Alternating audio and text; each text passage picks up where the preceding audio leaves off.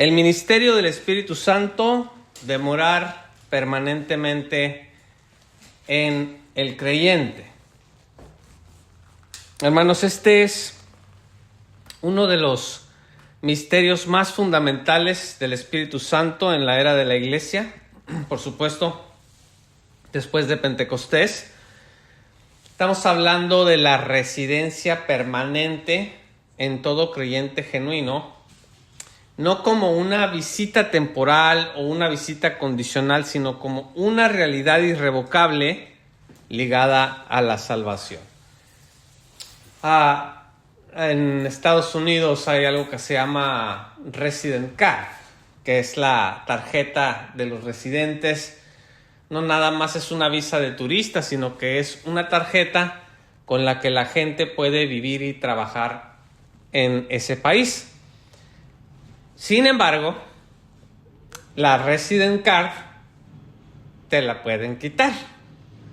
O sea que uno puede perder la residencia en ese país de acuerdo con ciertas leyes que ese mismo país ha establecido.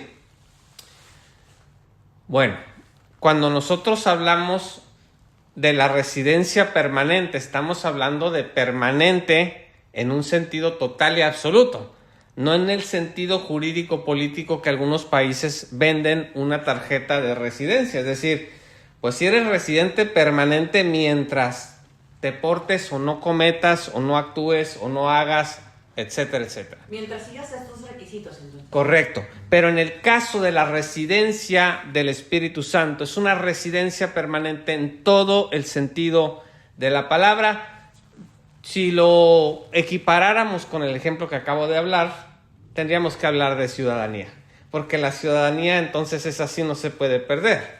Bueno, la residencia permanente del Espíritu Santo en nosotros es un sinónimo de ciudadanía, de algo que un estatus delante de Dios que no se puede perder, que inicia, como vimos la semana pasada, con el nuevo nacimiento, ¿sí?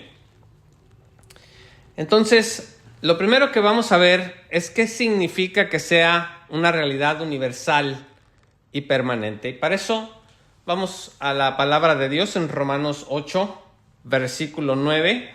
Ahí en el material está, pero siempre es bueno tenerlo también presente en nuestras Biblias. Romanos 8, versículo 9, también para ver los contextos de ser necesario. Dice la palabra de Dios: mas vosotros no vivís según la carne, sino según el Espíritu, si es que el Espíritu de Dios mora en vosotros. Y si alguno no tiene el Espíritu de Cristo, no es de él. Pablo establece claramente aquí una condición de salvación. Lo siento, esta sí es una condición de salvación, porque si alguien no tiene al Espíritu morando dentro de sí, no pertenece a Cristo. Ahí sí, no existe un cristiano en donde no more el Espíritu Santo. Aún en los cristianos, como veíamos al inicio de este discipulado, aún en aquellos creyentes carnales, la presencia del Espíritu está ahí. Está contristada, está limitada, está entristecida, está sujeta o sometida por la pecaminosidad que nosotros no queremos soltar, pero está esa presencia ahí, porque de otra manera nosotros no seríamos creyentes. Entonces, dice el apóstol: y si alguno no tiene el Espíritu de Cristo, no es de él, ¿sí? Entonces, todos los creyentes tienen el Espíritu Santo morando en ellos, sin excepción. Ahora, la morada, además de permanente, es universal.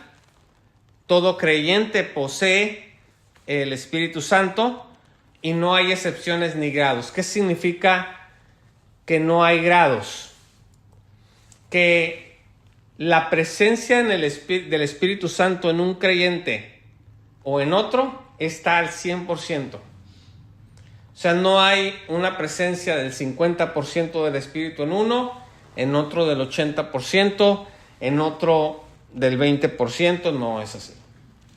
El grado sí puede variar, pero no de la presencia del Espíritu, sino de mi compromiso con el Espíritu de Dios. Yo sí puedo estar en un compromiso al 20% con Dios o a un 80% con Dios, porque eso tiene que ver con mi decisión en la santificación diaria, ¿verdad? Pero el Espíritu Santo, cuando está presente en un creyente, lo está al 100%, no en un grado menor o en un grado mayor. Vean ustedes lo que dice también 1 Corintios 6, verso 19. 1 Corintios 6, verso 19. ¿No puedo leer? Adelante. Entonces, el cuerpo del creyente se convierte en templo, en un santuario, por la palabra griega. Dios habita en ese santuario interior de manera permanente, lo que implica santidad, propiedad divina y responsabilidad para vivir para Él, porque en este mismo pasaje, el versículo 20, escuchen lo que dice: porque habéis sido comprados por precio. O sea, Cristo te rescató, te redimió, te compró a través de la cruz y de la fe que has depositado en Él. Y entonces, por lo tanto, ¿cuál es el verbo que sigue ahí? Glorificad pues a Dios en vuestro cuerpo y en vuestro espíritu, los cuales son de Dios. Entonces, en este versículo está empaquetada esta realidad de que hemos sido redimidos para glorificar a Dios con dos cosas: con nuestro cuerpo y con nuestro espíritu, porque esos son de Él. Entonces, la dieta, hermanos, no nada más es una dieta física de voy a evitar ciertos alimentos, voy a comer otros, me voy a ejercitar, voy a dormir más temprano, voy a dormir con más tiempo, etcétera, etcétera. Sino que la dieta también es interior, porque no nada más voy a glorificar a Dios a través de lo que se ve, sino voy a glorificar a Dios a través también de lo que nadie ve, que es la manera como yo pienso, los sentimientos que permito que estén en mi corazón, las decisiones que tomo o que pienso tomar. En las iglesias a veces se establecen ciertos conjuntos de reglas, por ejemplo, que se tiene que vestir uno de determinada manera. Entonces yo voy con una lista checando exteriormente todo lo que tengo que hacer, cómo me tengo que ver, cómo tengo que hablar, cómo tengo que dirigirme a ciertas personas, y puedo cumplir todos los protocolos exteriores.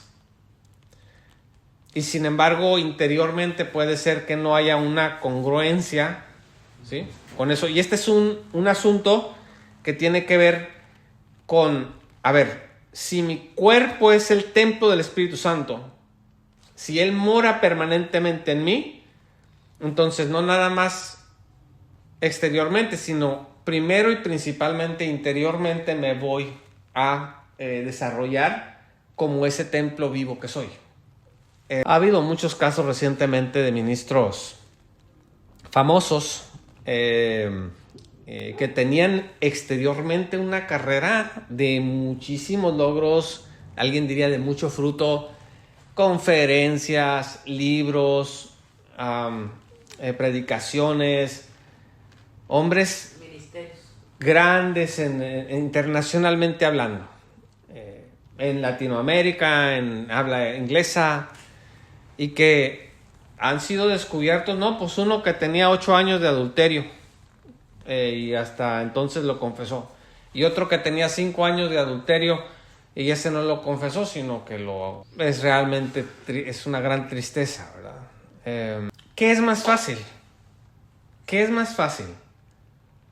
Que yo compare cómo se ve la vida cristiana que yo tengo con la vida cristiana de otra persona que conozco, o comparar cómo se ve mi vida cristiana con el testimonio de las Sagradas Escrituras de cómo se debe de ver la vida cristiana. Sí. No. Pero ¿qué pasa con la palabra de Dios cuando yo comparo con otro que anda desbalagado por ahí y decir, nos vamos a sentir superiores? no, es que uno elige con quién se va uno a comparar con todo propósito? Es que las obras... ¿Qué te parece que me olvido de todo mundo? Me encierro yo y abro las Escrituras y empiezo a leer. ¿No sabéis que los injustos no heredarán el reino, ni no erréis, ni los fornicarios, ni los idólatras, ni los adúlteros, ni los afeminados, ni los que se hacen con varones, ladrones, avaros, borrachos, maldicientes, estafadores? Y hay otras listas aquí en la palabra de Dios de muchas características de la gente que no está caminando bien con el Señor. Entonces, por eso, una de las cosas que a veces, el error que cometemos muchas veces es, no quiero yo saber de las Escrituras, quiero yo hablar de lo que se ve aquí, ¿sí? Y en la respuesta cristiana debe de ser, no vamos a hablar de lo que se ve aquí, primero vamos a hablar de lo que dice la palabra de Dios. Claro. Porque si vamos a lo que dice palabra de Dios, entonces todo mundo nos vamos a tener que sujetar al texto, ¿sí? No a las ideas que yo tengo o usted pueda tener sobre cómo es la vida cristiana, ¿sí? La única autoridad que nos puede a nosotros decir cómo se ve la vida cristiana es la palabra de Dios. Y si yo a usted le digo, un cristiano se ve así, así, así, así, así, pero no tengo asiento en la palabra de Dios, entonces lo que yo estoy diciendo es paja al viento.